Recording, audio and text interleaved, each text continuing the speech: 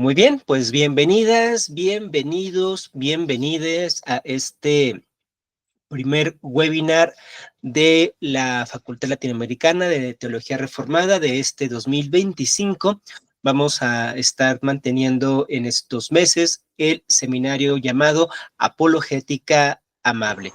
Vamos a hablar de apologética, pero lo vamos a hacer desde una perspectiva analítica, desde una perspectiva crítica, y el enfoque que vamos a tener, como los cursos que me toca a mí compartir, es un enfoque informado por conceptos, acercamientos y teorías de antropología social. Es una revisión de un tema teológico, pero va a tener un carácter muy antropológico, lo van a ver en un momento. Y bueno, quiero comentarles que el objetivo de la Facultad Latinoamericana de Teología Reformada, o FLATER, de poder estar haciendo estos cursos o, como en esta ocasión, webinars disponibles a todo público y abiertos de forma general, tiene como objetivo la socialización del conocimiento teológico para poder coadyuvar a disminuir esta epidemia de conservadurismos y fundamentalismos que está golpeando fuertemente a Latinoamérica, pero pues se puede ver también en Europa, se puede también ver en Estados Unidos.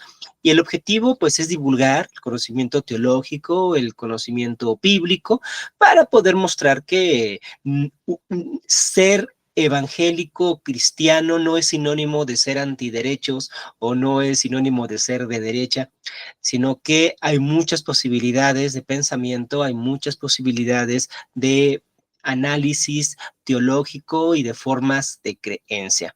Entonces, pues espero que este curso les pueda ser también de utilidad, y lo que ustedes quieran ir compartiendo del seminario, de los webinars que tendremos a partir de este día, es completamente libre para que ustedes puedan realizarlo. Quienes se encuentran aquí presentes, quienes deciden pues participar, acompañarme en la realización en vivo de la sesión, por supuesto, tienen posibilidad de preguntar, tienen posibilidad de hacer preguntas o de comentar.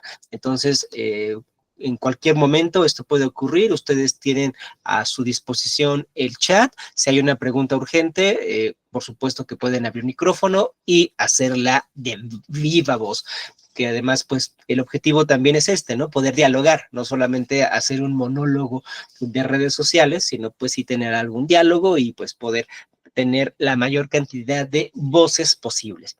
Pues nuevamente, bienvenidas, bienvenidos, bienvenidas. Vamos a dar comienzo con Apologética Amable.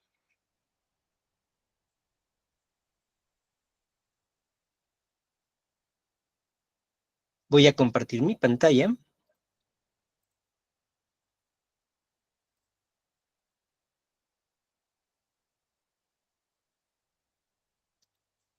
Muy bien, solamente me gustaría si me pudieran confirmar alguien que con micrófono abierto me diga si ya se ve la presentación. Lo estoy viendo yo. Muchísimas gracias, Samuel. Entonces, pues ahí está. Vamos a comenzar Webinars FLATER este primer semestre. Apologética Amable, o la defensa contra las artes oscuras del odio teológico. La imagen o el diseño gráfico y un poquito la temática que mantendremos como un storytelling en este seminario, pues podrán darse cuenta, está inspirado en Harry Potter. Aunque además de Harry Potter también mencionaremos, por supuesto, a Narnia, al Señor de los Anillos, y dirán, bueno, ¿esto qué tiene que ver con apologética? Bueno, tiene que ver y mucho, conforme iremos viendo. Y como tal, también nuestro seminario lleva como un subtítulo que es de los memes a los puentes. Esto se debe a que actualmente la escena apologética o neoapologética, como le vamos a llamar acá, que circula sobre todo en redes sociales, está cargada de esto, está cargada de memes, y no porque los memes como formato sean impropios, porque realmente tienen bastante utilidad, sino porque son memes cargados de odio. son memes cargados de discriminación, son memes que realmente no aportan nada útil al conocimiento teológico ni al diálogo apologético. Desafortunadamente, esto ha creado una serie de tensiones y una serie de un clima violento, sobre todo en redes sociales, de cristianos contra ateos y cristianos contra otros cristianos y cristianos contra personas de esta religión. Hay otros caminos de hacer apologética. La palabra está muy maltratada, hoy casi ya es una grosería hablar de apologética, aún dentro de ciertos círculos teológicos. Y mi objetivo será devolverle un poquito de dignidad a este término. Bueno, quiero comenzar con algunas citas que me van a servir como declaración de principios de este seminario. Este seminario no es neutral, tenemos una perspectiva ética, epistémica, teológica, que nos va a estar guiando. Entonces, esto se tiene que declarar pues transparentemente y desde el primer momento. Entonces, con algunas citas que iremos revisando, vamos a explicar qué es el objetivo y el ángulo desde el cual estaremos dando el tratamiento de la apologética aquí. Comienzo con esta cita del teólogo alemán, romántico, idealista, finales del siglo XVIII, principios del siglo XIX, un grande entre los grandes, Friedrich Schleiermacher, también conocido como el padre de la hermenéutica moderna, pero quien también trabajó bastante en teoría de la traducción. Y por supuesto, pues a nivel teológico, tiene una de las dogmáticas clásicas, al menos en el protestantismo. Y justamente Schleiermacher, al inicio, en la presentación de la última edición de su dogmática, que lleva por título La fe cristiana, hablando de lo que él busca realizar con esta teología, dice lo siguiente. Dice que él anhela el poder ir más allá o sobrepasar las necias controversias sobre las palabras y la impertinencia dialéctica del razonar vacío. Incúlquense en el corazón la idea. Por la idea él entendía lo esencial de la fe, y entonces sería extraño que no se pudiera ganar amigos para el cristianismo. Schleiermacher también era apologeta. De hecho, antes de escribir su dogmática, cuando él todavía era bastante joven, andaba por sus 20, él hizo una serie de conferencias precisamente sobre la religión. Así se llama el volumen donde se reúnen esas conferencias sobre la religión, que son emitidas ante un público alemán, ilustrado, muy racionalista, y donde Schleiermacher defiende ya desde una fecha tan temprana como finales del siglo XVIII el por qué la religión tenía que seguir siendo importante en un momento en el cual, como nos dicen los historiadores de la ciencia, el pensamiento racional, los avances científicos y los desarrollos filosóficos estaban decididamente en contra de lo religioso, en contra de lo teológico y muy específicamente de las versiones cristianas de esta teología. Y cual paladín de la fe, Friedrich Schleiermacher, desde su juventud se ponía a hablar con otros intelectuales sobre por qué era importante seguir manteniendo a la teología dentro del diálogo racional. Y de esa manera él es que nos dice estas palabras. Primero dice, no más controversias sobre términos, precisamente sobre palabras, que es algo que vemos muchísimo, sobre todo en la neoapologética contemporánea. Ahorita lo veremos con más detalle, ¿no? Pero hay mucha polémica solamente por el uso de los términos, que si eres cesacionista o si eres continuista o si eres evidencialista o si eres presuposicionalista, y muchas veces las polémicas únicamente es acorde a esos términos, ni siquiera a un contenido o a una sustancia, y esos términos terminan siendo muy acotados. Y sobre todo, algo que se utiliza mucho actualmente en el no debate apologético es agarrarse a golpes o a trancazos con falacias. No es que lo que tú estás diciendo es una falacia del consecuente, no es que lo que tú estás diciendo es una falacia genética, no es que eso es una petición de principio. Y pues tal cual, como si fuera un duelo de espadazos o de varitas mágicas, están soltando de que tú haces esta falacia y tú me estás respondiendo con esta falacia. La cosa es que nunca terminan por explicar la falacia. Las falacias no se enuncian, las falacias se denuncian y se demuestran.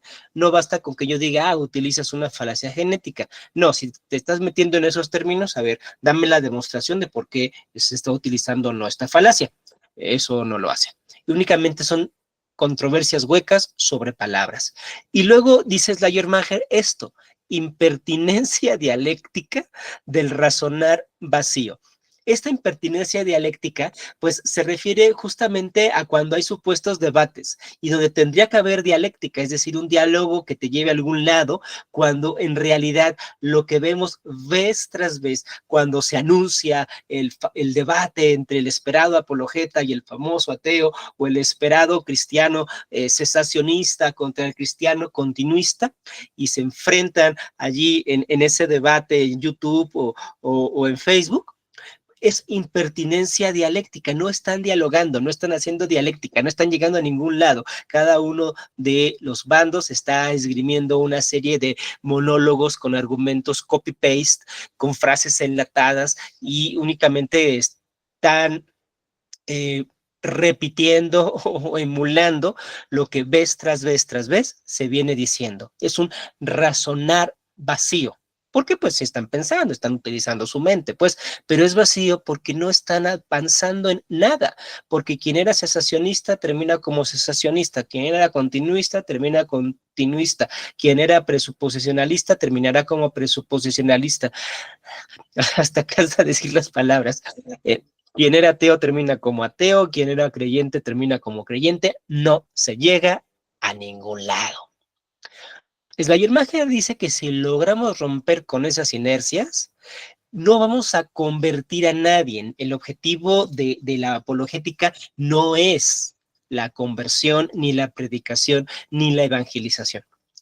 Como dice Schleiermacher, el objetivo de la apologética aquí únicamente es ganar, no almas, ni conversos, simplemente amigos, ganar amigos para el cristianismo. Y un amigo no tiene por qué pensar igual que tú, un amigo no tiene por qué creer lo mismo que tú, un amigo puede tener una creencia distinta, una perspectiva del mundo distinta, y simple y sencillamente poder llevarse bien.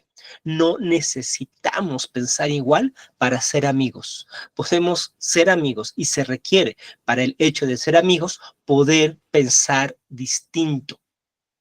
A no es amigo de A. A no puede ser amiga de A porque ahí hay un principio de identidad, no de amistad. A solamente puede ser amiga de B, o de C, o de D, pero A no puede ser amiga de A. Ahí es identidad.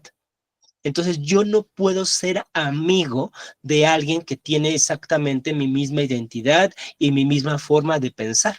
Para que haya amistad se requiere de la alteridad, o como le decimos en antropología, de la otredad. Si no hay otredad, no hay amistad. Y para que pueda haber otredad, tiene que haber formas de pensar distintas, formas de ver el mundo distintas. No podemos pensar igual. Bueno, esta es la primera parte, la primera declaración de principios, vamos a llamarle el principio de otredad de este seminario de apologética amable. Vamos a reconocer que hay personas que piensan distinto a mí, y en lugar de tratar de convencerlas de que yo tengo la razón y ellos no, simplemente busquemos ser amigos. Ahora, quiero hablar un poco de otro apologeta ahora del siglo XX, ni más ni menos de Clive Staples Lewis, C.S. Lewis, o como le llamaban sus amigos, el buen Jack. Y quiero recalcar que no puede haber un curso, módulo, seminario, algo sobre apologética, pues que no pase por C.S. Lewis, porque él ha sido uno de los principales apologetas contemporáneos. Y quiero mencionar algo que él escribe en... Bueno, él lo pone en varios ensayos y lo pone también por allí en sus novelas, pero quiero retomar hoy una alegoría que él tiene. Esta alegoría proviene de Mero Cristianismo, es el prefacio de su obra Mero Cristianismo, y le voy a llamar la alegoría de la sala común.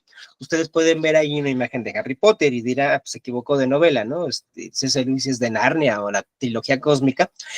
Lo cierto es que pongo la sala común de Gryffindor allí en pantalla, porque en realidad la idea de Rowling de esas salas comunes en cada una de las casas en Hogwarts está basado en esta idea de la sala común o del espacio común que había desarrollado C.S. Lewis, tanto en las Crónicas de Narnia como en la trilogía cósmica.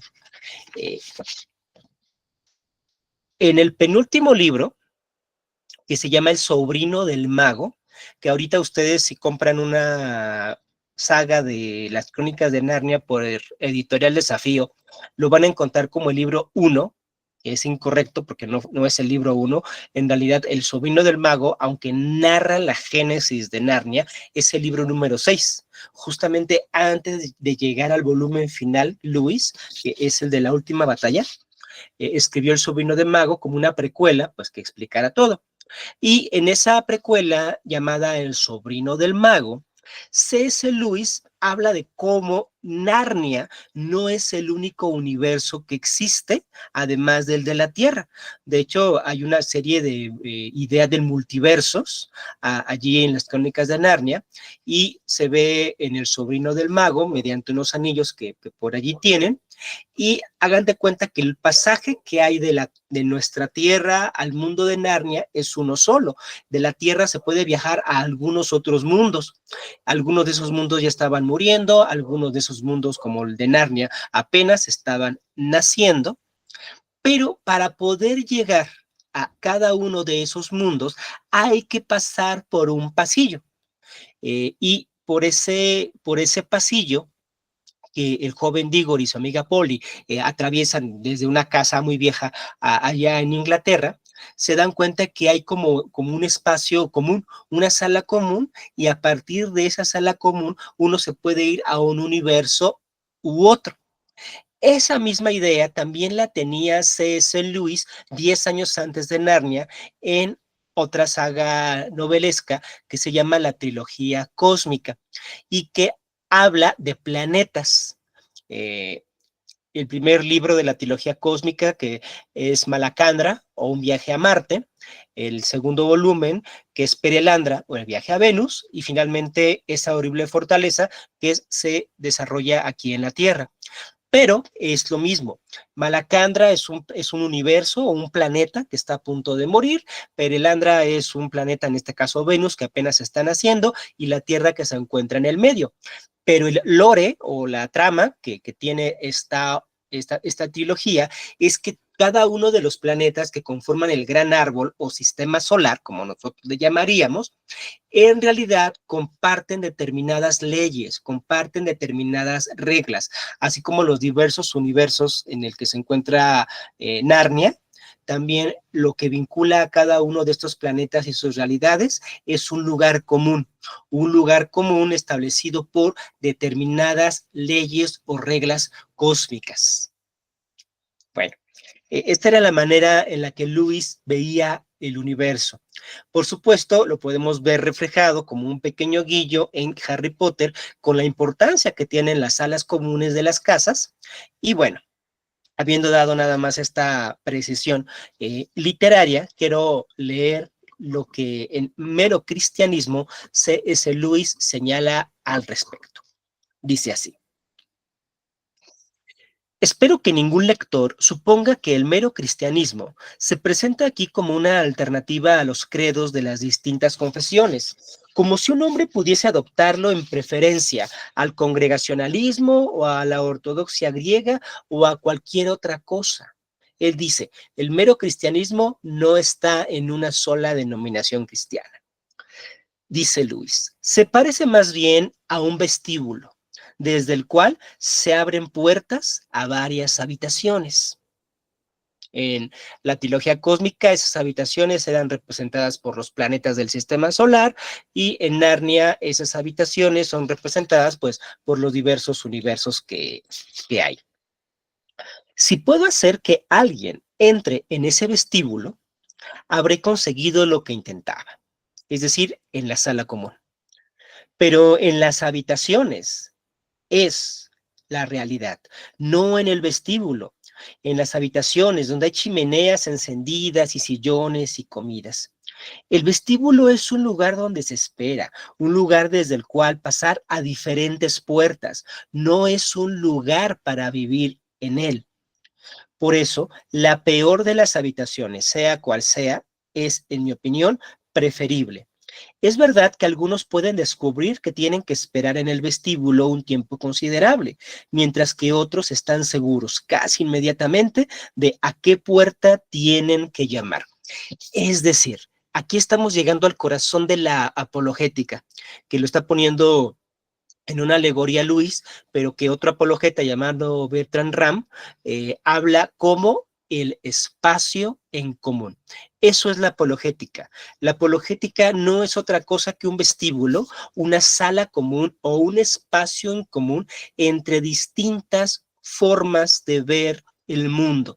En ese espacio en común o en esa sala en común hay creyentes pentecostales, hay creyentes presbiterianos, hay creyentes ortodoxos, y también a esa sala común, por supuesto que pueden acceder ateos, musulmanes, yorubas, librepensadores, quien guste, todos están invitados a la sala común. Y como dice Luis, si logro que lleguen a ese vestíbulo o a esa sala en común, ya ganamos. ¿Por qué? Porque significa que podemos dialogar. Ahora, podremos estar ahí cenando, estar allí un ratito, puede ser un lugar temporalmente muy cómodo, pero como él dice, no es un lugar para vivir. No puedes vivir únicamente en esa indeterminación postmoderna de la religión a la carta y quedarte a vivir allí en ese vestíbulo por mucho tiempo. Tarde o temprano te da sueño y te tienes que ir a tu habitación. Y entonces, después de una buena noche bohemia, cada quien puede ir a su habitación propia. Algunos irán a la habitación llamada cristianismo metodista, otros irán a la habitación atea, otros por allá irán a una habitación budista que seguramente no tendrá nada dentro. Alguien más irá a la habitación espiritista y cada quien podrá estar en su propia habitación para esperar el momento en el que nuevamente, quizá la mañana siguiente, muy hambrientos en el desayuno, todos puedan volver a converger en esa sala en común, pasar una buena conversación y luego regresar a sus habitaciones. Y de esta manera nos estamos moviendo entre mundos, nos estamos moviendo entre universos de sentido y de significado mediante ese diálogo. Sigue diciendo Luis, no sé por qué existe esta diferencia, pero estoy seguro de que Dios no hace esperar a nadie, a menos que vea que esperar es bueno para él.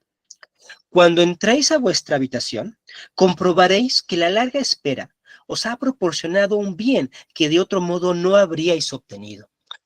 Esto es muy autobiográfico de Lewis. Él se está refiriendo a su época precristiana, donde estuvo vagando muchísimo tiempo en ese vestíbulo y entonces no sabía a qué puerta tocar, pero había por ahí en la sala común libros de Platón, sobre todo de Platón, había libros de Chesterton, había libros de Freud, había libros de muchas índoles y de diversas manufacturas, y él estuvo mucho tiempo dando vueltas y dando vueltas en ese vestíbulo, sin animarse a tocar una puerta en específico. Por allí intentó estar un ratito en la habitación atea, pero terminó de no gustarle y se regresó al vestíbulo a seguir divagando, hasta que finalmente, bueno, un rugido de león le enseñó a qué puerta tocar. Sin embargo, Luis dice, bueno, si eso pasa y si te quedas un ratito allí en el vestíbulo, seguramente habrán razones por las cuales eso ocurre. Dice Luis, debéis seguir orando para pedir luz y por supuesto, incluso en el vestíbulo, debéis empezar a obedecer las reglas que son comunes a la casa entera. Esto es lo más característico del pensamiento de Luis y me parece que es el corazón de su apologética, más allá incluso de la parte confesional cristiana, sino de su apologética existencial o su apologética humana.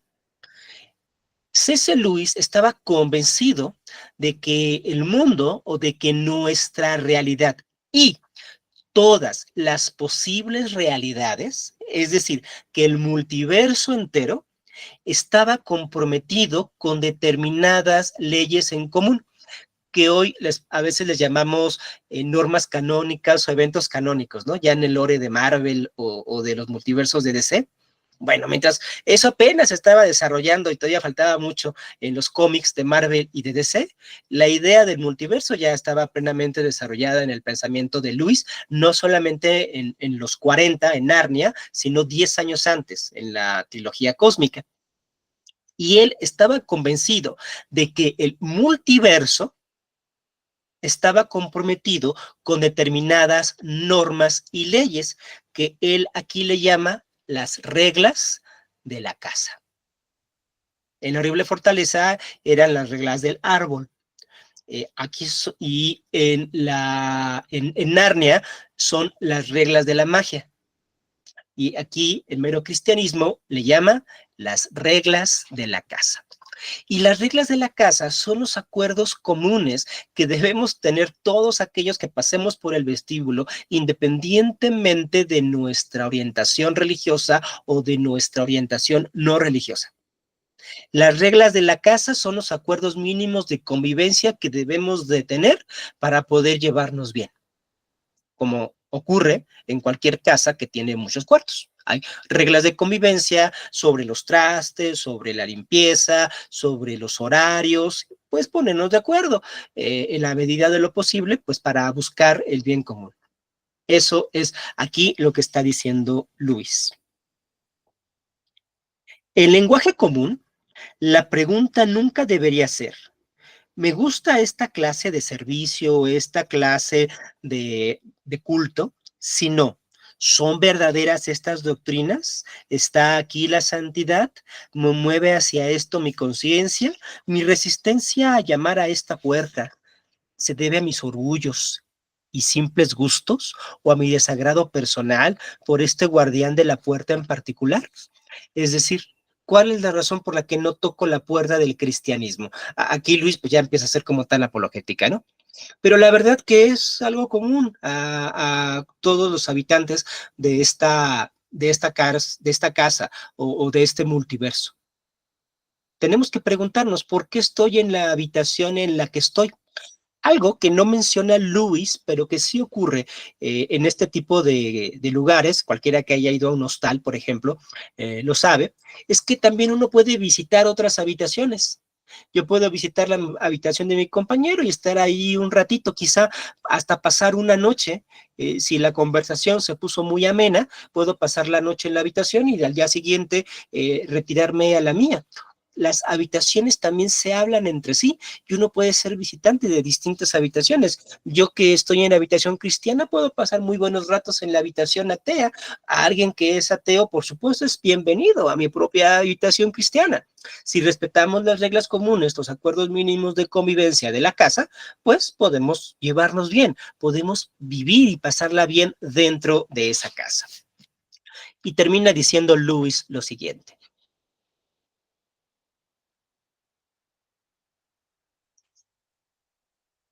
Cuando hayáis llegado a vuestra habitación, sed amables con aquellos que han elegido puertas diferentes y con aquellos que aún siguen en el vestíbulo.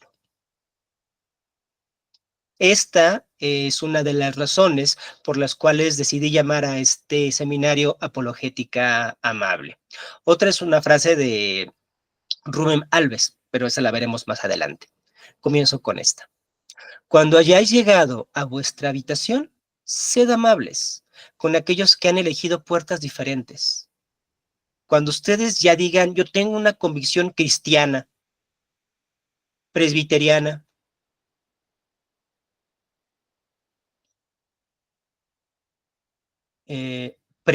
infralapsariana, cesacionista, puedo tener la convicción que yo quiera, es mi habitación, pero debo ser amable con quienes están en otras habitaciones. Si yo llego a la habitación atea y estoy contentísimo y muy feliz en mi habitación atea, no tengo por qué ir a darle portazos o golpear a la puerta cristiana. Si yo soy cristiano conservador, puedo vivir felizmente en mi habitación y llevarme bien con el vecino que quizás su puerta se llama cristiano progresista. No tenemos por qué andarnos peleando dentro de la casa si nos respetamos mutuamente, si somos amables con los demás. Y hace muchísima falta la amabilidad en estos días. Pero Luis continúa diciendo lo siguiente, sobre todo para los cristianos más dedicados a la defensa de la fe. Dice él que aquellos que han elegido puertas distintas, si están equivocados, necesitan mucho más de vuestras oraciones. Y si son vuestros enemigos, de plano, porque hay quien no puede entender a los que tienen una convicción distinta menos que como enemigos, Luis avanza al respecto y dice, si son vuestros enemigos, entonces se os ha mandado orar por ellos. Esa es una de las reglas comunes a toda la casa. La amabilidad es la regla fundamental del multiverso, porque solamente con amabilidad puede haber entendimiento, puede haber diálogo, puede realmente existir apologética. Porque si tú partes de la premisa de que quien está en una habitación distinta a la tuya es un imbécil, pues a menos de que tú mismo también seas imbécil, ¿por qué razón te animarías a tener un debate con él? Si tú estás convencido de que los habitantes de la habitación de al lado están condenados a pudrirse en el infierno, ¿cuál sería la razón para siquiera platicar con ellos? El reconocimiento de la otredad o de las otras habitaciones es fundamental para poder tener una pizca de amabilidad hacia los demás y poder platicar y poder dialogar. Hay muchos puntos que tendremos en común con los habitantes de las otras habitaciones. Hay puntos que sencillamente no compartiremos, pero no por eso vamos a expulsarlos de la casa o de la realidad. Tenemos que aprender a vivir dentro de esta casa llamada realidad y pues tratar de desempeñarnos de la mejor manera posible. Bien, a ver, después de esta alegoría, permítanme dejar de compartir un segundo y ver si no hay, vamos con preguntas o comentarios. Parece que todavía no tenemos nada al respecto. Pero bueno, insistiré que el chat está abierto.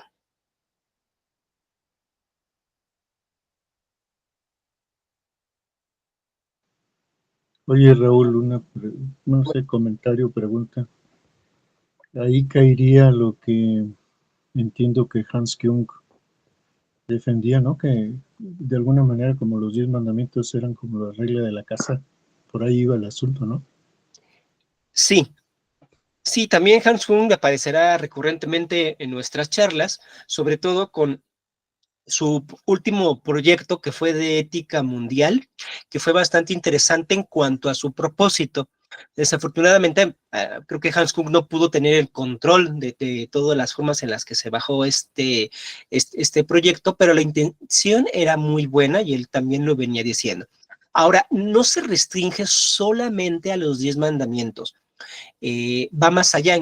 Kung lo reconocía y el mismo C.S. Lewis también lo reconocía en uno de sus opúsculos más geniales, que se llama La abolición del hombre. Y ahí Lewis establecía que en el universo, como reglas de la casa, el nombre que le da en ese libro a las reglas de la casa, que en el en la trilogía cósmica eran las leyes del gran árbol, en magia, en Narnia son las reglas de la magia. En la abolición del hombre le llama el Tao. Y C.S. Lewis, al final de ese opúsculo, hace una comparación de cómo distintas religiones, distintos libros sagrados y distintas culturas existen las mismas leyes, los mismos principios, las mismas reglas. No robar, no mentir, no dañar, ayudar al prójimo. Y ve cómo en el libro de los muertos, pero como en la misma Biblia, en el código de Hammurabi, en las analectas de Confucio, en prescripciones de John Locke, se van correspondiendo ese tipo de principios, esas reglas de la casa, o en este caso, ese Tao, que Hans Kung también llegaba a mencionar, partiendo de los 10 mandamientos, pero no se restringe a los 10 mandamientos. Son reglas sensatas de convivencia que están presentes pues para todos nosotros que podemos convivir. Después veremos cómo se establecen esas reglas. Hay quien dice que es a partir de una teología natural o de una moral absoluta, o que sería un poquito la perspectiva de Luis. Hay que irlo diciendo. Luis sí consideraba pues que estas reglas de la casa eran absolutas, eran dictadas por su Dios, aunque pudiera tener distintas aplicaciones. Más adelante discutiremos un poquito al respecto, que estas reglas en común de la casa no son en realidad como monopolio de nadie, pero ya lo veremos en su momento. Bien, sigo compartiendo nuestra declaración de principios de este seminario de apologética amable.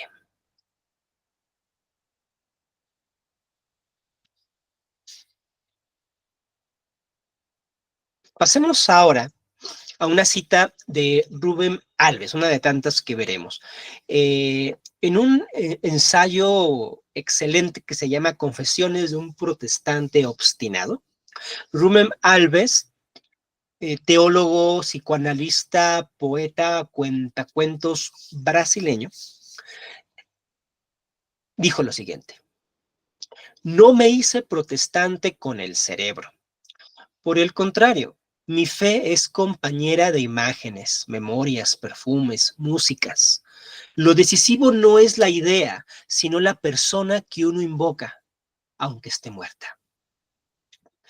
Entonces, Alves, al decir no me hice protestante con el cerebro, nos está diciendo que la razón por la cual una persona se adscribe a una determinada religión o a una determinada confesión no es un asunto racional o estrictamente racional.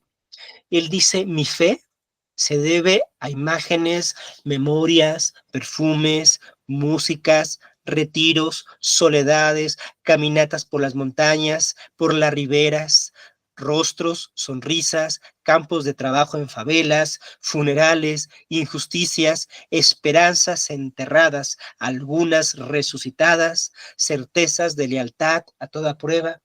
Es una cuestión de existencia. La fe no es algo a lo que uno llegue después de decir, es que yo hice la derivación lógica de este argumento y me convencí de que el cristianismo es la verdad. Es que este cúmulo de evidencias que exigían un veredicto me llevó a creer en Dios. Eso no pasa. Claro, los que son religiosos o los que tienen una religión nos quieren convencer de que incluso ellos mismos así se convirtieron, cuando en realidad no es cierto. Para adscribirte a una religión, el cerebro no basta. El cerebro es muy útil, es fundamental. El cerebro regula nuestro sistema endocrino que nos ayuda a vivir. El cerebro regula nuestra temperatura corporal. El cerebro nos da pautas para saber cuándo estamos en peligro. El cerebro trabaja en coordinación intrínseca con el sistema digestivo para digerir los ingredientes que comemos y posteriormente metabolizarlos y distribuirlos y poder tener la energía para vivir. El cerebro nunca duerme. Cuando dormimos está al pendiente de que sigamos respirando y de que tengamos una condición óptima. El cerebro sirve para muchísimas cosas. Para lo que menos sirve el cerebro, y lo vamos a ver, es para pensar. Pensar y más, el pensar de forma racional, abstracta, lógica, es una de las cosas que menos le importan a nuestro sistema nervioso, porque tiene cosas más importantes que hacer, como mantenernos con vida.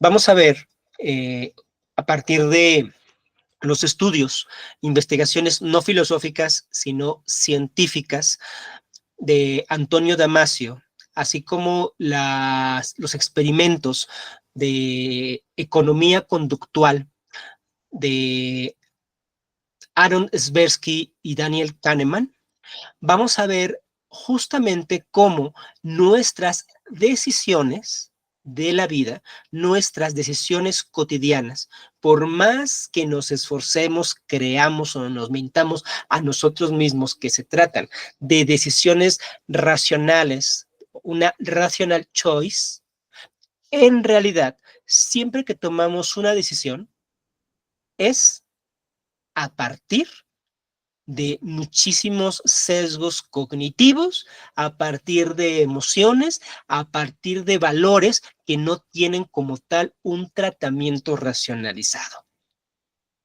Nuestra vida, nuestras decisiones, lo valioso de nuestra existencia, no solamente de nuestra supervivencia física, fisiológica, no se reduce a cálculos racionales.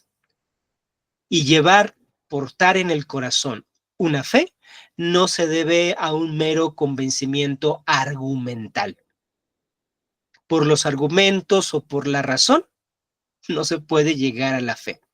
Schleiermacher decía también, nunca aceptaré que mi fe en Cristo se deba por la filosofía. Porque no va por ahí, porque la creencia religiosa no llega de ese modo. Hay intereses, hay sesgos, hay memorias y todo esto que nos ha dicho Rubén Alves, que se encuentran en juego cuando se trata de pertenecer a una religión o de profesar una fe. Y no está mal. No está mal porque, insisto, no podemos vivir y nadie en realidad puede vivir tomando decisiones 100% racionales y carentes de emoción. Eso no se puede. En esta época de inteligencia artificial, de frenesí por la inteligencia artificial, es muy importante que defendamos el carácter no racionalista de nuestra existencia.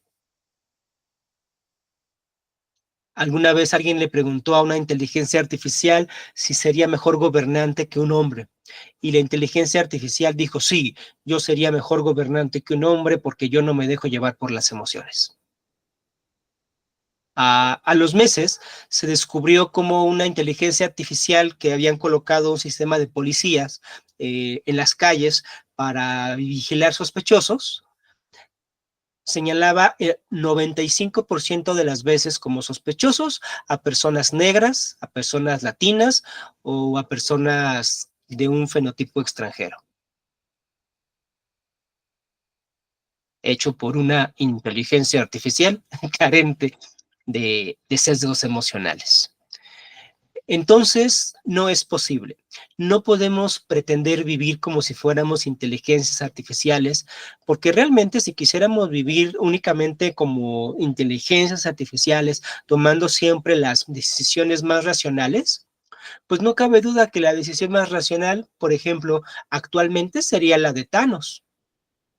Reducir a la mitad la población mediante una extinción masiva, si se hace de una manera muy programada, selectiva, sabiendo a quiénes desaparecer, disminuyendo la carga de personas no productivas para dejar al máximo a las personas productivas, es la decisión más racional para la supervivencia del planeta. Pero es un crimen atroz. Si uno revisa y personas como Eric Wolf, en un libro que se llama Figurar el Poder, lo ha hecho. Si pudiéramos analizar el régimen nazi, nos daríamos cuenta que todo el proyecto de Hitler, todas las decisiones tomadas, a quién matar, a quién no matar, a cuántos matar y de qué modo, eran decisiones plenamente racionales, burocratizadas, orientadas por el menor costo y el mayor beneficio. Decisiones 100% racionales son las que nos llevan a las guerras, a los genocidios, a las masacres. Nadie puede vivir pretendiendo ser un doctor Spock o un doctor Sheldon Cooper a la N potencia diciendo a mí nunca me dejan influir las emociones, todo lo que yo hago es completamente racional. Eso no es cierto. Y qué bueno, porque una persona que tuviera únicamente decisiones racionales, como lo demostró Antonio Damasio, y lo veremos en su momento, con personas que tenían una lesión en el lóbulo frontal, se convierten en personas que pueden rayar en ser sociópatas o que simplemente caen en lo que Damasio denomina un fracaso social. Nadie puede vivir así. No se puede vivir así. No hay que pretender vivir así. Reconozcamos toda nuestra existencia con gusto. Dice Rubén Alves para terminar esta cita: lo decisivo no es la idea, sino la persona a la que uno invoca, aunque esté muerta. No importa que Dios haya muerto, como ya nos enseñó Nietzsche. Si uno lo invoca, esa persona es valiosa. Dicho de otra forma, no soy protestante en virtud de las ideas que tengo. Aquí el término idea es distinto al que tenía Schleiermacher. Ya les comenté que Schleiermacher entendía por idea, en el siglo XIX, en romanticismo alemán, pues es la esencia de la emoción o de la fe cristiana. Acá Rubén Malves está hablando de idea en otro contexto, más bien en su carácter más conceptual o racional. Pudiéramos decir, no soy protestante en virtud de razones. Yo soy protestante, yo tengo mi fe por esta serie de emociones, esta serie de sesgos, si quieren llámenle cognitivos, pero no son otra cosa que sesgos de existencia o sesgos de vida que yo tengo. De tal manera, la apologética no tiene que enfrascarse en la polémica de tener la mejor verdad, ni la razón absoluta, ni los mejores argumentos. La apologética debe presentar el modo de existencia cristiano a otras personas en esa sala común, hablando, dialogando, departiendo, conviviendo, enseñando por qué uno es feliz en su propia habitación, sin pretender que las demás habitaciones carezcan de lógica o carezcan de racionalidad o simplemente que carezcan de cerebro, simplemente por ser otras habitaciones. Creo que hay un comentario, permítanme revisar.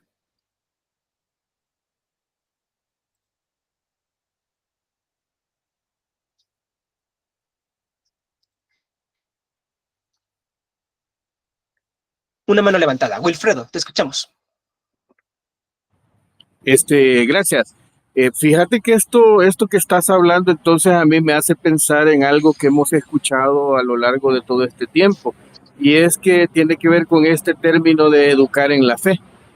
Entonces se habla mucho de ese tema de educar en la fe, de enseñar la fe, y realmente si la fe es producto de las experiencias que tenemos, no podría haber una manera de educarla o de instruirla, ¿verdad? Y quizás tal vez pudieras comentar algo sobre eso. Gracias, Gracias. gracias por tu comentario, Wilfredo. Bien, aquí pues yo voy a apelar a Paulo Freire. Paulo Freire, al hablar de la educación, amplificó el concepto de educación únicamente de lo que él denominaba la educación bancaria, es decir, como si la educación fuera una serie de depósito de conocimientos en los alumnos para que después generen intereses de productividad. Paulo Freire hablaba de la educación liberadora, y esa educación liberadora se realiza precisamente con el diálogo y el intercambio de experiencias. Paulo Freire fue un recolector de experiencias educativas en Latinoamérica, pero también en Europa e incluso en Estados Unidos. Y de esta manera, él, mediante su pedagogía del oprimido, su pedagogía de la pregunta, lograba entender el valor que tiene el conocimiento como ese intercambio no solamente de conocimientos, sino también de experiencias. Entonces, Wilfredo, me parece que tienes razón en decir, si pensamos en una educación bancarizada, la fe no se puede enseñar así. No te puedo decir, apréndete el catecismo, apréndete el dogma, apréndete el apartado de la teología sistemática y que de tu cerebro pase a tu corazón. No, eso no se puede. Sin embargo, si pensamos en una educación liberadora más de talante latinoamericano, entonces podremos decir que sí se puede educar en la fe si entendemos esa educación en la fe como ese intercambio de experiencias, esos acuerdos mutuos que se puedan tener entre las iglesias respecto de cómo se puede vivir la fe cristiana y cómo se puede interpretar la Biblia, generando lo que Walter Brueggemann, teólogo del Antiguo Testamento, llama comunidades hermenéuticas. Cuando estamos en una comunidad hermenéutica de diálogo, de intercambio de experiencias, y entre todos buscamos pautas para poder interpretar el mundo en el que nos desenvolvemos y poder tener acciones éticas en ese mundo, es la manera en la cual ahí se está también educando la fe, pero ciertamente no con una educación bancaria, nada más soltando argumentos, soltando dictados doctrinales, como se hace la mayor parte de las veces. Sí, definitivamente así no se puede educar para la fe. Pero desde una perspectiva freireriana, con intercambio de experiencias y de diálogo, ahí me parece que sí puede haber una gran concientización para una educación de la fe de sujetos éticos, pero también bastante sustentable socialmente. Gracias, gracias por tu pregunta.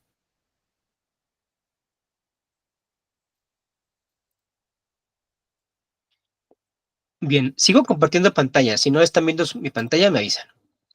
Vamos ahora a pasar de Brasil a España, o quizá a México, o quizá a Cuba, o quizá a París, porque María Zambrano fue una filósofa itinerante, fue una filósofa del mundo. Ella estuvo en muchos lugares del mundo, pero en esta obra, El hombre y lo divino, María Zambrano nos dice lo siguiente: la supremacía de los dioses sobre el hombre, su carácter divino entre todos, es estar más allá del principio de contradicción. Esto es fundamental para nosotros. Bajo los desarrollos de la lógica aristotélica, se estableció un principio que incluso, como nos dice el epistemólogo también español, Jean-Michel Verdú, Aristóteles no lo asumía al 100%, pero que se cristalizó como un principio casi absoluto sobre todo durante la época medieval, y hoy también en el siglo XX se mantiene, aunque ya con sus matices. Estoy hablando del principio del tercero excluido o del tercero excluso, o precisamente este principio de no contradicción. Este principio nos dice que A es igual a A, que A no puede ser igual a B. Si tú dices que A es igual a B, caes en el principio de contradicción. O bien, también nos dice que si A es verdadera y B es falsa, solo tenemos dos opciones si B nos dice algo. ¿Está mintiendo o está diciendo la verdad? No hay una tercera opción. Si A y B son opuestos, entonces ahí están también las dos opciones. O A es verdadera y B falsa, o B es verdadera y A es falsa. Se excluye cualquier tercera opción.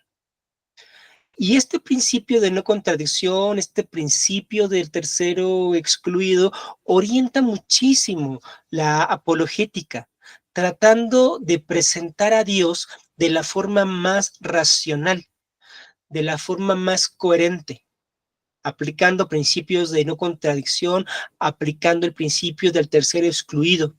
Lo vamos a ver sobre todo cuando lleguemos a ver a Alvin Plantinga, cómo se convierten los dogmas lógicos en instancias apologéticas.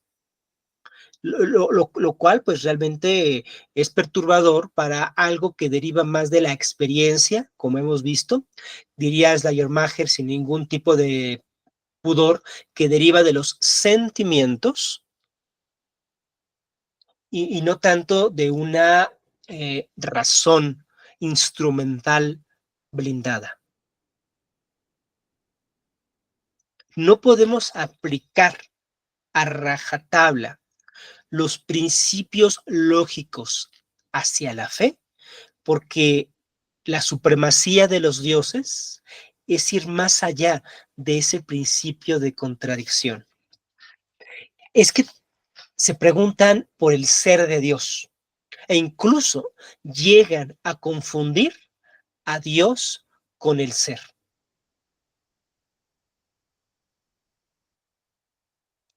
Cuando Dios no solamente es, sino que también, y como sabían sobre todo los teólogos de la vía negativa o apofática, Dios igualmente no es. Dios tanto es como no es. Es paradojal. Dios es amor, que lo expresa siendo fuego consumidor. Dios se presenta como la mayor alegría y gozo humano, la felicidad plena, decía Santo Tomás de Aquino. Pero Dios también aparece como ese grande y terrible.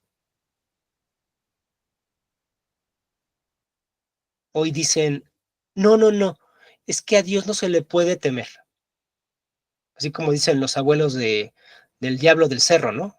No se le teme, nada más se le respeta. Hay muchos cristianos que piensan lo mismo de Dios, que cuando la Biblia dice el principio de la sabiduría es el temor a Jehová, no, pero no es de miedo, es un temor de respeto. Ahí la Biblia no está diciendo lo que está diciendo, sino que la Biblia está diciendo otra cosa, que es el eje de la gran mayoría de las hermenéuticas que tenemos el día de hoy. La hermenéutica práctica que estamos teniendo el día de hoy es muy sencillo su dogma. La Biblia no dice lo que dice, la Biblia dice otra cosa, y con mi contexto y con mi hermenéutica te lo voy a demostrar. De tal manera que aunque el texto diga el principio de la sabiduría es el temor a Jehová, te dicen no está diciendo eso la Biblia, es respeto, porque ¿cómo Dios te va a causar temor? Bueno, eso es únicamente tratar de engañarse racionalmente con algo que no existe. Dios, claro que causa miedo. ¡Ay, Señor Jehová, que he visto a Dios y yo soy hombre! Exclamó al borde del pánico y de la muerte el profeta Isaías. ¡Cuán terrible es este lugar!, dijo entre tartamudeos y lleno de sudor Jacob aquella mañana, cuando reconoció este lugar no es otra cosa que casa de Dios y puerta del cielo. Y estaba al borde de la muerte el pobre hombre. ¡Ay, que acabo de ver a Dios y yo soy mortal! Exclamó Gedeón, viendo subir al ángel y agregando: me voy a morir. El ángel le tiene que decir a Gedeón: no, no, a ver, espérate, no te vas a morir, te acabo de ordenar que vayas a hacer algo. Claro que Dios causa pavor, miedo, pánico. Dios es el mysterium tremens et fascinans. Claro que es fascinante porque nos llena de pasión, nos llena de amor y de deseo, pero también es tremendo. También es un Dios de la oscuridad, también Dios es pánico, también Dios es muerte. Al mismo tiempo que Dios es vida. Y si intentamos analizar racionalistamente a ese Dios con un principio de contradicción para quedarnos únicamente con una de las dos variantes, entonces nos estamos quedando de forma muy sesgada con un Dios sesgado, castrado, que tanto daño le hace al mundo. Aquellos que ven a Dios únicamente como una fuente de odio y de castigo,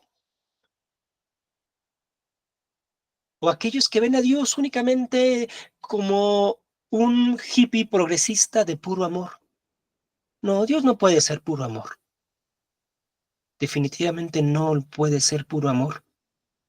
¿Se imaginan un Dios que ame a Hitler? ¿Se imaginan un Dios que ame a los multihomicidas, a los pederastas? Una vez en China le preguntaron a un misionero: oye, si tú dices que Dios está en todas partes, ¿también está en el infierno? Y el misionero la tenía clara porque dijo, después de reflexionar un poco: sí, Dios también está en el infierno. Su ira está en el infierno. Los crímenes tienen que causarnos indignación. Los criminales tienen que causarnos repudio.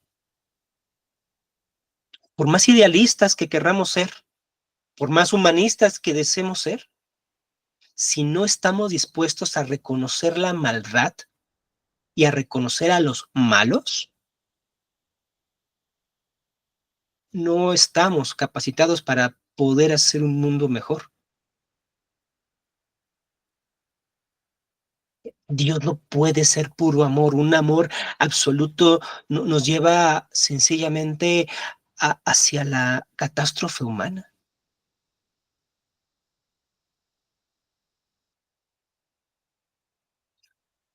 Pero ya saliste 3 veces del hospital y no comes y tienes esos moretones, esas lesiones. ¿Por qué no lo dejas? Es que lo amo. Día tras día tras día, el amor está legitimando relaciones de abuso sexual, doméstico, psicológico, económico. Bajo la trama del amor se han logrado perpetrar los mayores abusos de la humanidad, más aún que el nombre de la religión, en nombre del amor. Hemos visto las mayores catástrofes humanas. Dios no puede ser puro amor. Tenemos que reconocer la ambivalencia divina porque la existencia es ambivalente. Dios podrá darnos paz, pero en muchas ocasiones Dios también nos va a transmitir una profunda perturbación.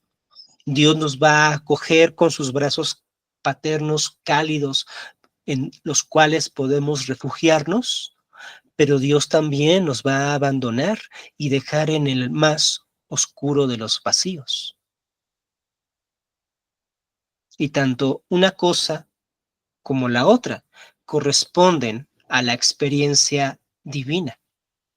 Dios es contradictorio. Un análisis lógico, analítico,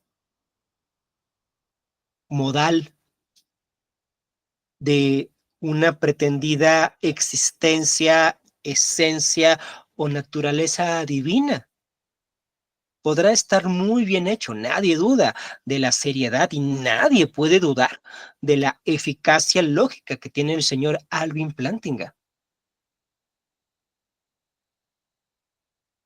Pero para las cuestiones de la fe eso no deja de ser más que un juego de lenguaje. O como alguien le dijo a Mauricio Beuchot, filósofo coahuilense mexicano, que ha desarrollado la hermenéutica analógica, analizando Mauricio Beuchot a teólogos analíticos, muy específicamente a Plantinga, le presentó los argumentos de Plantinga a sus colegas filósofos. Quedaron bastante impresionados, comenta Beuchot, cuando leyeron a Plantinga. Y tras hablar con ellos respecto de qué les había parecido la, sin duda, perfecta lógica de Plantinga, sobre todo con sus nuevos desarrollos del argumento ontológico modal, le dicen a Beuchot, pues sí, está perfecto, el análisis está perfecto, pero si me lo preguntas, esto no deja de ser una prueba de pizarrón. O sea, yo no voy a creer en Dios por esto. Esto está muy bien hecho, pero es una prueba muy bien hecha, pero es una prueba de pizarrón. Y entonces Beuchot reflexiona y dice, bueno, es que parece entonces que la fe necesita otro tipo de mediaciones. Entonces, algo tan vívido, algo tan amplio, algo tan vasto como la fe, no está para nada atada al principio de contradicción.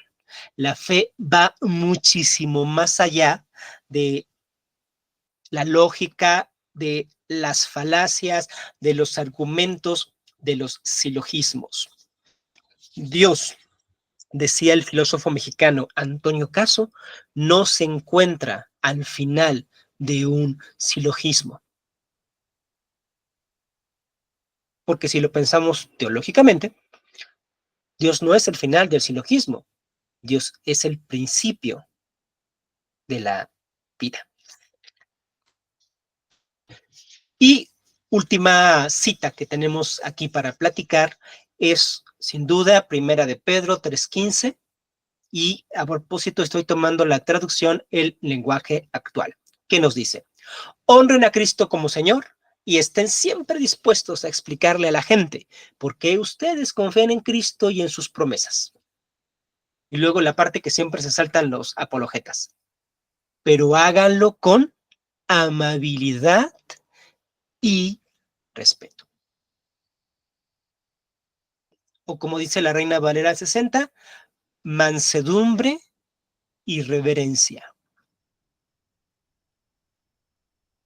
Además, bueno, esta traducción por ahí no tradujo una palabra, que es la primera que aparece en rojo en la parte de arriba, que es cardías. Cardías es corazón, porque dice esto de honrar a Cristo como el Señor, háganlo con su corazón. Vamos a ver más adelante que no existe como tal un dualismo mente-corazón o cerebro-corazón, porque aún lo que entendemos por corazón procede pues del mismo sistema nervioso central. Pero sí vamos a ver, sobre todo de la mano de Antonio Damasio, cómo las especificaciones mentales que nosotros tenemos derivadas del sistema nervioso, tienen también un carácter paradojal, porque por una parte se ha identificado determinadas funciones asociadas a determinadas regiones del cerebro. Ustedes sabrán de la diferencia entre el hemisferio izquierdo, el hemisferio derecho, el lóbulo frontal y el lóbulo temporal. Pero Damasio dice que trabajan esas especificaciones derivadas de regiones diferenciadas del cerebro, siempre trabajan de forma coordinada y alterna. Eso significa que nuestras emociones provienen del mismo lugar de donde provienen nuestros razonamientos. Y no es un dualismo ontológico entre ellos, simplemente es un asunto de coordinación, como nuestro corazón. Hablando biológicamente, no metafóricamente, la diástole y la sístole son procesos contradictorios, pero coordinados, y eso nos permite vivir. O como nuestro metabolismo. Hay fase anabólica y fase catabólica. Son opuestas, pero trabajan coordinadas. Nadie puede decir, aunque es un mito que de repente hay en un gimnasio, ¿no? Yo siempre voy a estar en fase anabólica. Te mueres.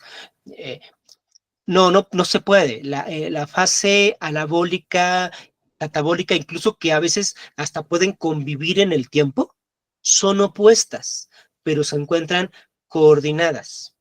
Que sean opuestas no significa que sean excluyentes, sino aquí, al contrario del principio de exclusión, que sean opuestas significa que es la única manera en la cual pueden coordinarse. Si el proceso de diástole y de sístole no fueran opuestos, no habría coordinación y entonces colapsa nuestro corazón. El hemisferio izquierdo y el hemisferio derecho están siempre en coordinación. No crean que cuando ustedes están muy creativos, dibujando, haciendo poesía, está su hemisferio derecho trabajando a tope, porque nos dicen que ahí reside la creatividad, y entonces su cerebro izquierdo se fue a dormir. No, para nada. Cuando ustedes están en su parte más creativa, inventiva e intuitiva, trabajando a tope en el hemisferio derecho, por supuesto que el hemisferio izquierdo sigue irrigando sangre, sigue viviendo y sigue haciendo funciones. Simplemente está coordinado de una manera con el hemisferio derecho. Y al revés, cuando ustedes están utilizando su hemisferio izquierdo y su córtex prefrontal tratando de resolver un argumento lógico analítico, no crean que todas las partes que regulan las emociones y que regulan la imaginación y que regulan la creatividad están dormidas. El hemisferio derecho y el lóbulo temporal tienen mucho que ver, aun cuando quien esté haciendo las cuentas sea el lóbulo frontal. Sí, son distintos, son opuestos, pero trabajan de forma coordinada. Como encontramos más abajito, en la tercera palabra en rojo de nuestro versículo, cuando nos dice el apóstol que lo que tenemos que hacer con nuestro cardias es defender nuestro logón. Es decir, con tu corazón defiende tus razones. Lo que pasa es que la neoapologética ha anulado cardias y puesto en su lugar logon. Sí, y piensan algo así como honren a Cristo como Señor en su racionalidad y presenten racionalmente su fe. Así es como entienden este versículo y me parece es una forma desastrosa de entender este versículo. Este versículo nos dice que aquello que tenemos en nuestro corazón tiene que ser defendido con o expresado con la razón. Último término que quiero resaltar aquí, bueno, penúltimo, la palabra que se encuentra en el lado izquierdo, que es apologian, que es precisamente lo que se suele llamar como defensa. Esta es la palabra que se utilizaba en los juicios cuando un acusado daba su propio testimonio, hacía su apología, como Sócrates, ¿no? Hizo su propia apología, y entonces era el término que se utilizaba. Era una declaración de principios, como lo hemos hecho el día de hoy. Es decir, este seminario lo iniciamos apologéticamente desde el inicio. Después se va a llamar como apología y luego ya más en la época moderna va a surgir el neologismo de apologética, que al menos en el idioma español hablaba más como de un acto. Es decir, en el siglo XVII, que ya hay registro del término, se hablaba de la apologética como si fuera un género literario. Hacer una apologética, como escribir una obra de teatro. Después ya ha tenido otro tipo de usos el término, pero apología, apologética, únicamente significa pues expresar tu propio sentido, expresar tu logos, expresar tu razón. No es desenvainar la espada y cortar cabezas cual si fueras un cruzado medieval. Eso no es la apologética, eso es violencia. Y aquí Pedro nos está diciendo que la apologética únicamente es expresar con palabras lo que hay en nuestro corazón. Nunca nos está diciendo que lo que está en nuestro corazón llegó mediante logos, llegó mediante la razón. Logos y cardian son opuestos, pero como ocurre con nuestro propio cuerpo, los opuestos aquí no se excluyen, sino que se coordinan. Y de eso se trata la apologética, para hablar de la última palabra, la que está hasta abajo, que es el pidos, por la cual se traduce esta esperanza, es decir, nuestros motivos o nuestros deseos más profundos. Voy a dejar de compartir un momento.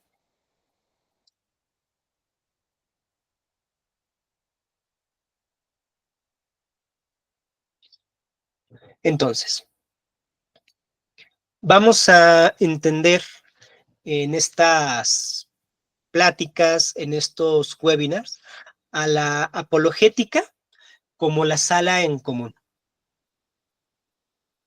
que vincula a personas provenientes del multiverso, de las más diversas habitaciones, cada una con su propia realidad, cada una con su propio sustrato ontológico,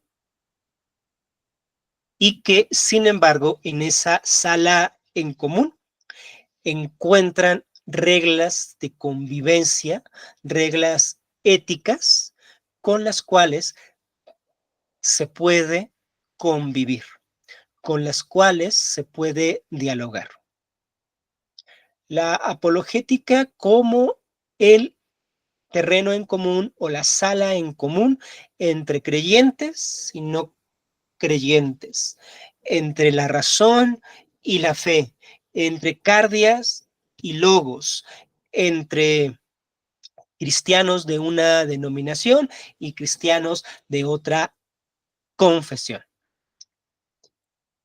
Dentro de cada una de las habitaciones, lo que se hace es la devoción. Dentro de cada una de las habitaciones, lo que se hace es disfrutar del el propio convencimiento.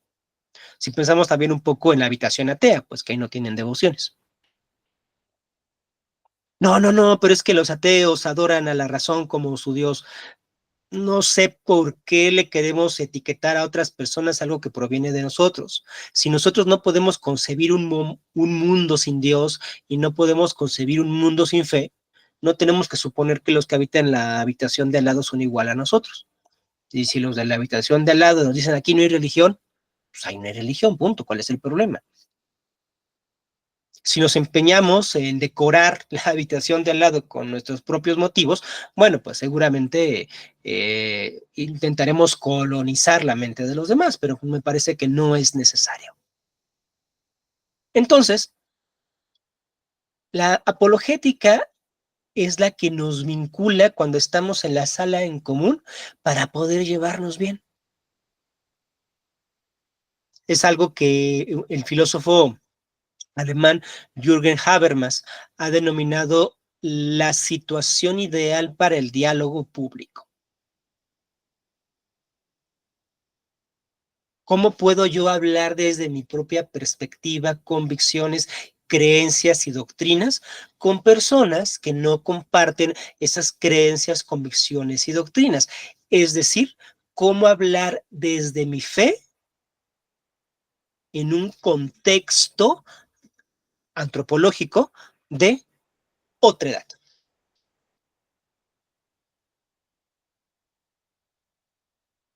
Y cuando yo esté haciendo ese diálogo público, conforme a las reglas comunes de la casa, es decir, conforme a los acuerdos éticos mínimos para poder dialogar, el contenido de mi discurso, el contenido de mis palabras va a ser ese logos del que nos habla Pedro, pero es un logos que no expresa otro logos, porque entonces no tendría sentido hablar.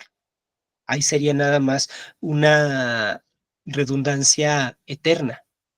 Y es algo que Paul Ricoeur señalaba siempre. La razón de ser de la hermenéutica y la razón de ser de las palabras es que las palabras apuntan a otra cosa. Si las palabras no apuntan a otra cosa, no hay necesidad de hermenéutica. Es decir, si el logos apunta al logos, entonces no hay necesidad de hermenéutica. Eso ocurre con determinados tipos de lenguaje, como el lenguaje matemático con el que soñaba Wittgenstein, y que ahora podemos ver un tanto cuanto en los lenguajes de programación. Los programadores en JavaScript o los programas que sean, ahí no hay hermenéutica, porque esos unos y ceros no significan otra cosa que unos y ceros, son completamente unívocos. El lenguaje de programación es unívoco porque hay 1 significa 1 y 0 significa 0. No hay de otra. Claro, cuando pensamos en el lenguaje binario y que con unos y ceros se expresan muchísimas cosas, vemos que no todos los unos valen igual, no todos los ceros valen igual. Bueno, ya eso es meternos al lenguaje de programación como tal, pero el principio, digamos, la filosofía del lenguaje de programación es que 1 signifique 1 y 0 signifique 0 para determinado comando, ejecución, contexto, lo que quieran ver. Pero de eso se trata el lenguaje informático. Bueno, en el lenguaje informático, cuando 1 significa 1 y cuando 0 significa 0, no hay necesidad de hermenéutica. La hermenéutica solo es posible, dice Ricoeur, cuando la palabra A te lleva al significado B. Ahora, antes que Ricoeur, que esto desarrollará allá por los 60s, desde 1920, el filósofo mexicano Antonio Caso, en sus ensayos polémicos, decía precisamente que de eso trataba la ciencia. La ciencia no está en el principio de identidad. La ciencia no es decir A es igual a A. Si yo te digo que agua es igual a agua, eso no es ciencia. La ciencia, decía Antonio Caso, consiste en decirnos que A es igual a B. Agua es igual a H2O.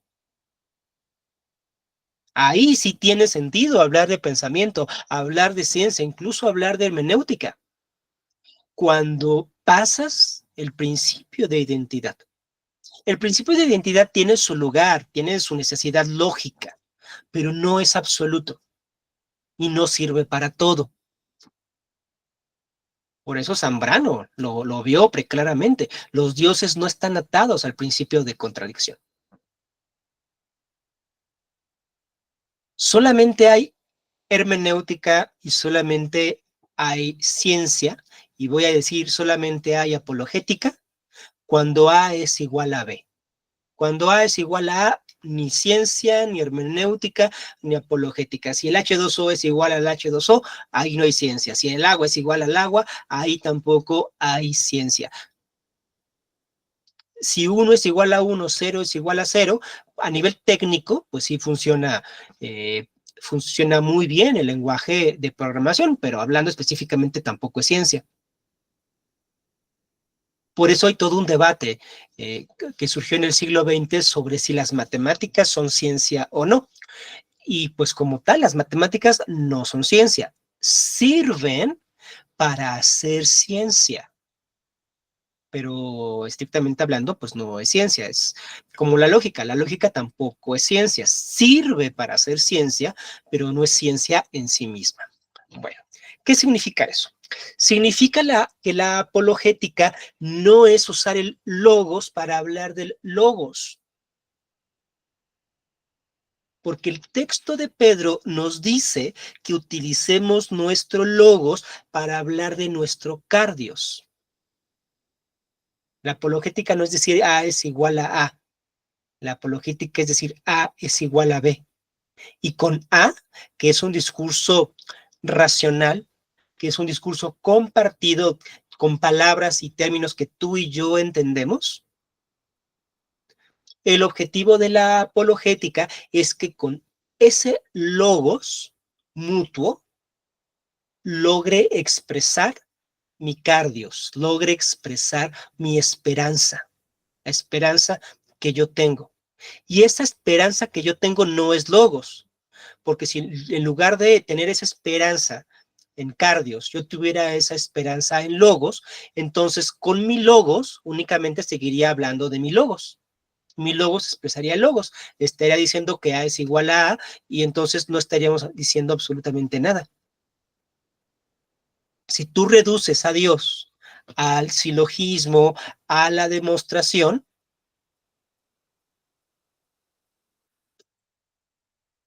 no estás hablando de Dios, estás hablando del silogismo, estás hablando de la demostración, porque como ocurre con todos los procedimientos lógicos formales, pues puedes cambiar el contenido semántico.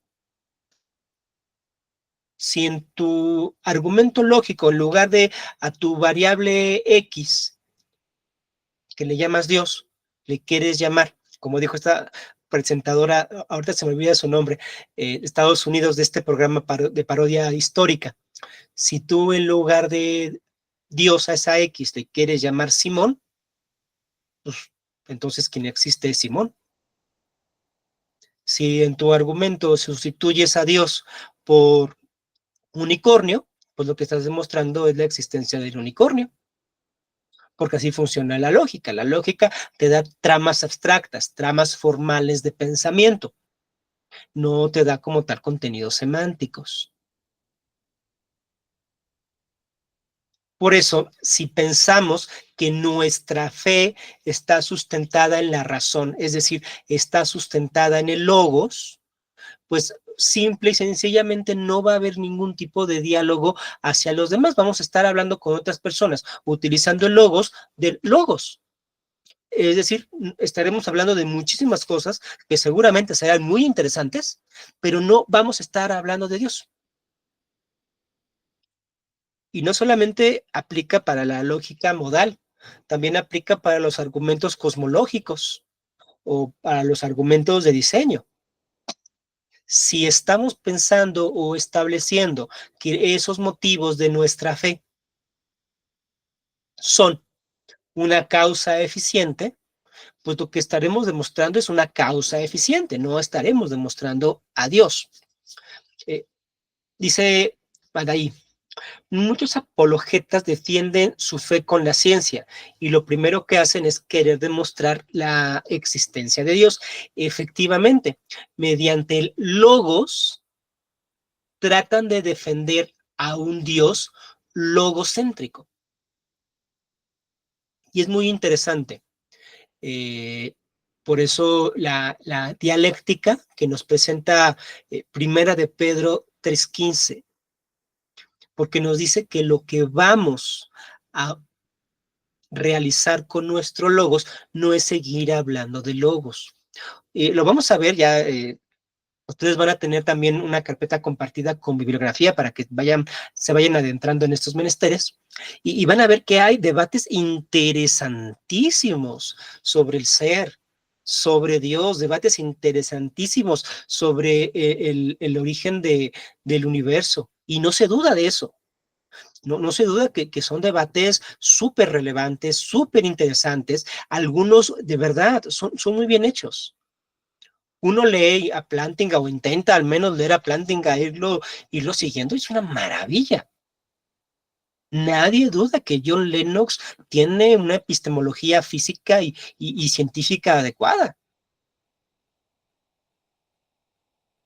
Sin embargo, aquí simplemente se va a tratar de señalar que la apologética no consiste en defender racionalmente a Dios, porque lo que está en mi habitación, en mi corazón, no está fundamentado por la razón. No me hice protestante por mis ideas, decía Alves, lo acabamos de ver, sino que sencillamente tú que vives en otra habitación, pues te quiero expresar de la manera en la que mejor podamos entendernos qué es lo que yo vivo allí dentro, qué objetos tengo, qué cosas vivo. Es como cuando ustedes le tratan de explicar a una persona una película que les conmovió, o el capítulo de una serie que les conmovió bastante. Ustedes tienen que recurrir a un lenguaje en común, pero si se dan cuenta, cuando tratan de reseñarle a otra persona ese momento épico del personaje o ese capítulo icónico o esa carta de amor al cine de la película que acabaron de ver, se van a dar cuenta que por más que puedan expresar verbal, racionalmente y con lenguaje cinematográfico técnico lo que ustedes vivieron, no es lo mismo que lo que ustedes vivieron. Por más que se esmeren en describirles y en transmitirles la emoción, seguramente muchas veces nos hemos encontrado con eso, ¿no? Uno llega muy emocionante de, ay, es que acabo de ver este capítulo y pues pasó esto y dijo esto y acabó en esto y sonó esta música y uno se llena de emoción. La persona que lo escucha puede empatizar con nosotros compartiendo la emoción que estamos sintiendo, pero no está viendo la misma película, no vio la misma película, no siente exactamente la misma emoción que nosotros. Nos puede comprender por lo que escucha y por la empatía emocional, puede comprender que esa película, esa serie fue de verdad trascendental para nuestra vida, pero no va a tener el mismo efecto en él porque no la vio. Entonces hagan de cuenta que la sala en común es cuando todos salimos de nuestras habitaciones y empezamos a platicar pues justamente la película que estamos viendo allá adentro. Y lo haremos ¿cómo? Pues con logos, con palabras. Y adecuaremos esos logos a nuestro interlocutor. Si nuestro interlocutor sabe de cine, pues le diremos, ay, es que hubo una escena contrapicada y después hubo un fade, y utilizaremos el lenguaje técnico pues para explicarle lógicamente, racionalmente lo que vimos. Pero eso no va a agotar la experiencia que se vive allá adentro. Como Daniel acaba de comentar por acá, el mapa no es el territorio. Gracias por esta frase. Era una de las frases preferidas del antropólogo norteamericano Gregory Bateson, que también saldrá a colación en nuestras pláticas. Gregory Bateson, él señalaba justamente eso. El mapa, es decir, las articulaciones racionales simplificadas, sintetizadas de la realidad, científicamente establecidas, diría Bruno Latour, inscritas bidimensionalmente en un plano, no son el territorio. Es decir, piensen en el geógrafo del Principito. El geógrafo del Principito conocía como la palma de su mano su planeta. Sabía dónde había un río, sabía dónde había una montaña, sabía dónde había un arrecife. Y cuando el Principito le dijo, oye, ¿y cuándo fue la última vez que fuiste a esa montaña, visitaste ese río o trepaste por el arrecife? Y el geógrafo decía, ¿qué? ¿Visitarlos? Yo no necesito visitarlos, los tengo aquí en el mapa. Y con esto me basta. Y el Principito se sintió muy triste porque el geógrafo solamente estaba viendo rayas, cuando atrás había experiencias, situaciones, olores, temperaturas que albergaba ese mundo. Y el geógrafo nunca pudo disfrutar de ese mundo porque únicamente se quedó con su mapa, nunca fue a visitar el territorio. Bueno, tomando esta oportuna señalización entonces que nos hace Daniel, puedo decir que la apologética es justamente compartir racionalmente el mapa de nuestra fe, pero no es ese territorio. En el territorio pues solamente exploramos los que poseemos esa fe. Y como les digo, sí podemos invitar, oye, pues ¿por qué no pasas hoy la noche acá en la habitación y te comparto la película?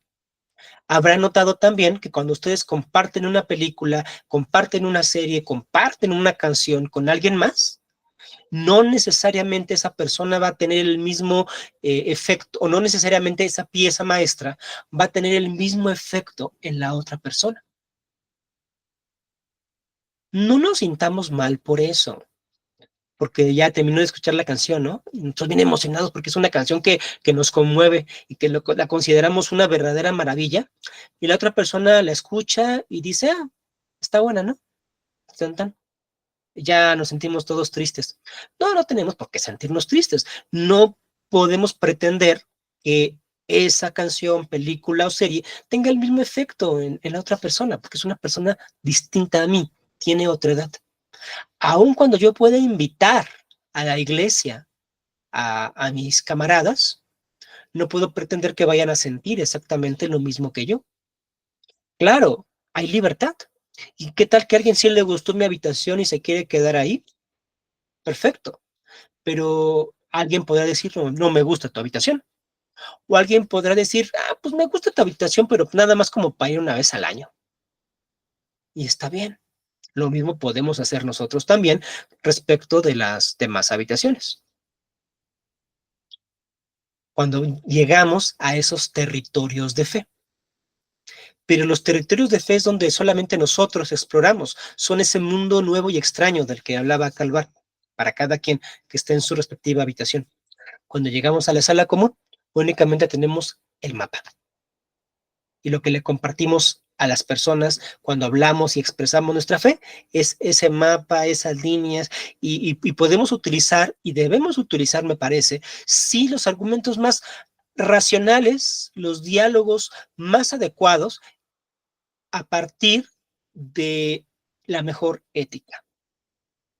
Y entonces, en esa conversación, en ese diálogo, la persona es muy probable que, como dice Schleiermacher, pues no se convierta, pero sí puede ser mi amiga. Y puede decir, ok, entiendo, con tu logos, con tu discurso racional, entiendo tu cardios, entiendo tu esperanza, entiendo las razones por las cuales eres cristiano. Pero yo no lo voy a hacer. Son tus razones, son tus motivos, es tu experiencia. Se respeta y qué bueno, tú eres cristiano. Yo estoy en otra habitación, yo no voy a ser cristiano. ¿Qué hay de desayunar? Y seguir conversando, seguir viviendo y seguir siendo amigos. Pero si de pronto no nos contentamos con eso y lo amordazamos y le amarramos las manos y lo llevamos racionalmente a nuestra habitación y órale, aquí te quedas y ya no sales, bueno, eso ya es un secuestro. Un secuestro racional, que es lo que intenta hacer la neoapologética actual. Vamos a evitarlo.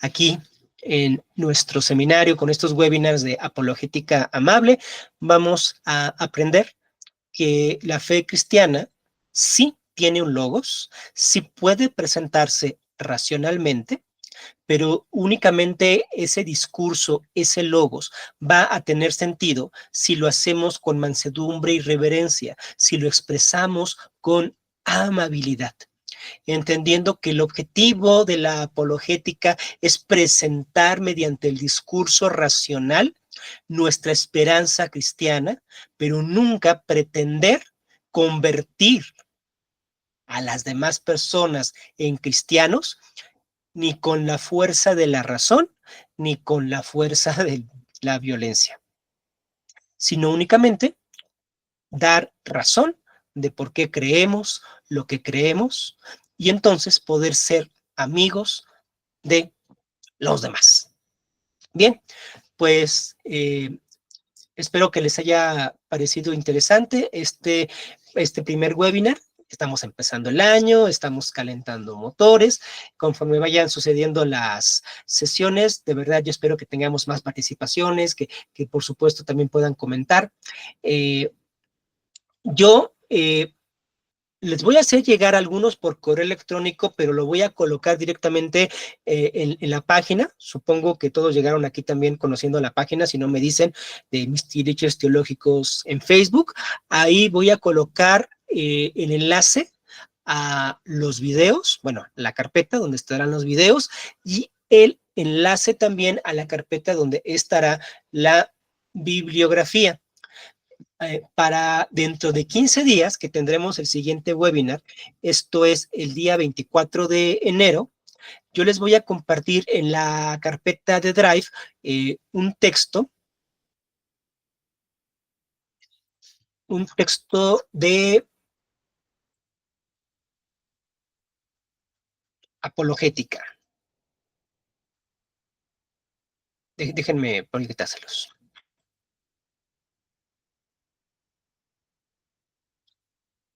Ese es este texto de Stephen Cowan. A ver, permítanme un momento. Digo, les voy a dejar más recursos, pero yo les voy a decir de esos recursos cuál es el más apropiado para leer previo a cada webinar, ¿verdad? Les voy a dejar en el Drive este texto de los 5 caminos, las 5 visiones de la apologética de Stephen Cowan, es un clásico ya dentro de la materia, donde nos presenta cuál es, desde su taxonomía, las 5 principales ramas de la apologética. Es un texto larguísimo, son 800 páginas, pero al menos si pueden leerse la introducción y echarle ojo a 1, 2 o 3 de los ensayos que vienen ahí, creo que es bastante útil. Y el 24 de enero, dentro de 15 días, podremos discutirlo. Quiero decirles que ustedes pueden conectarse a los webinars en cualquier momento. Es decir, si alguien no puede conectarse al webinar del 24 de enero, ni en febrero, ni en marzo, y solamente ve que hay el último webinar en junio, perfectamente se puede conectar en junio. Si alguien no puede conectarse cada 15 días, sino solamente cada mes, está perfectamente en su derecho. El objetivo más bien es que cada webinar pues sí sea como íntegro en sí mismo, sin necesidad como necesariamente de seguir el curso. Pero claro que sí hay ventajas si van siguiendo los seminarios y hay ventajas también si ustedes van leyendo los textos que se les recomienden, pero no son tareas, no son asignaciones. Si alguien llega al webinar sin haber leído nada, no pasa nada, por favor, que eso nunca los detenga. El libro que acabo de proyectar lo voy a dejar en la carpeta del Drive, Pedro. A ver,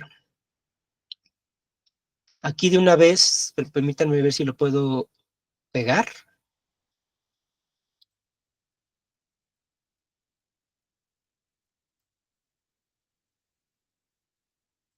No, porque todavía no lo subo. Bueno, sigan, por favor, sigan la página o revisen el correo. También, por supuesto, me pueden mandar un mensaje.